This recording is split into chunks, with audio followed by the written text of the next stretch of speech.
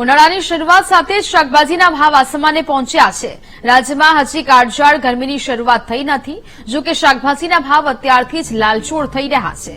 તેવામાં અમદાવાદમાં ગરમીમાં સૌથી વધુ ઉપયોગમાં લેવાતા લીંબુનો ભાવ અત્યારથી જ સામાન્ય લોકોની પહોંચની બહાર પહોંચી ગયો છે। માર્કેટમાં સામાન્ય રીતે 120 રૂપિયા કિલો મળતા લીંબુનો ભાવ 220 રૂપિયા કિલો પહોંચી ગયો છે। રિટેલ માર્કેટમાં 220 રૂપિયા કિલો મળતા લીંબુનો ભાવ આવનારા 10 થી 15 દિવસમાં હજુ પણ વધે તેવી આગાહી કરવામાં આવી છે।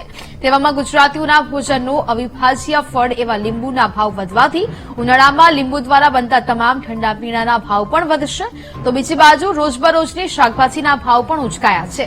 ગવાર, ચોળી, ટીંડોળા, બટાકા, ડુંગળી, કોબીજ, વટાણા, રીંગણ, દૂધીના ભાવ પણ આસમાને પહોંચી ચૂક્યા છે।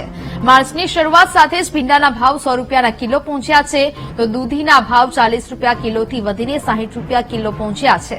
સામાન્ય રીતે તમામ શાકભાજીના ભાવમાં 40 થી 60% ભાવ વધારો જોવા મળી રહ્યો છે, ત્યારે ગરમીની મોસમમાં લીલી શાકભાજી મધ્યમ વર્ગીય પરિવારોના બજેટ ખોરવી નાખશે તેવી સ્થિતિ અત્યારથી જ જોવા મળી રહી છે।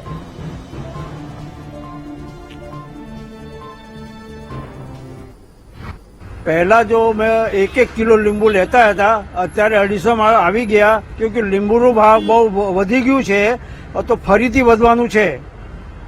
400 થઈ જશે। એકચ્યુઅલી પહેલા એવું હતું કે અમે કિલોથી 500 લેતા હતા, તો અત્યારે ભાવ વધી ગયો છે, એના કારણે 200-250 ઉપર આવી ગયા છે। કારણ કે અત્યારે જો આટલો ભાવ વધી ગયો છે તો આગળ જતે કેટલો ભાવ થઈ જશે, આમ લેવા તો પડશે જ ને। યસ, શાકભાજી લેવા આવી છું, એમાં લીંબુના ભાવ તો આસમાને ચડ્યા છે।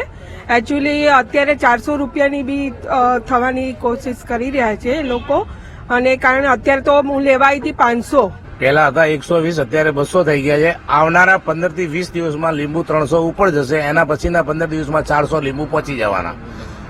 આજે વિવિધ શાકભાજીઓ છે તેમાં બી ભાવમાં ઉછાળો આવે એનો કારણ છે કે જેમ તડકો પડે એમ શાકભાજી ઓછી થઈ જાય। હવે ખેતીવાડી ઓછી થઈ ગઈ છે, એટલે આજની તો 5 સાલ પછી હજુ ભાવ ડબલ થઈ જવાના। અત્યારે જે શાકભાજી છે તેમાં વિવિધ શાકભાજીના ભાવ કયા કયા છે, પહેલા કેટલા હતા? એ તો વટાણાના ભાવ વધી ગયા, પહેલા 60 હતા, અત્યારે 120 થઈ ગયા। લીંબુના ભાવ વધી ગયા, 120 હતા, અત્યારે 200 થઈ ગયા। ટામેટામાં હવે ભાવ વધશે, હવે બધામાં ભાવ તો વધી જ જવાના છે। એનું કારણ છે કે અત્યારે ઊંચી ખરીદીના આવે છે અને અંદરથી બગાડ પણ બહુ નીકળે ગરમીના લીધે, એટલે સાહેબ એમાં ભાવ તો રહેવાનો જ।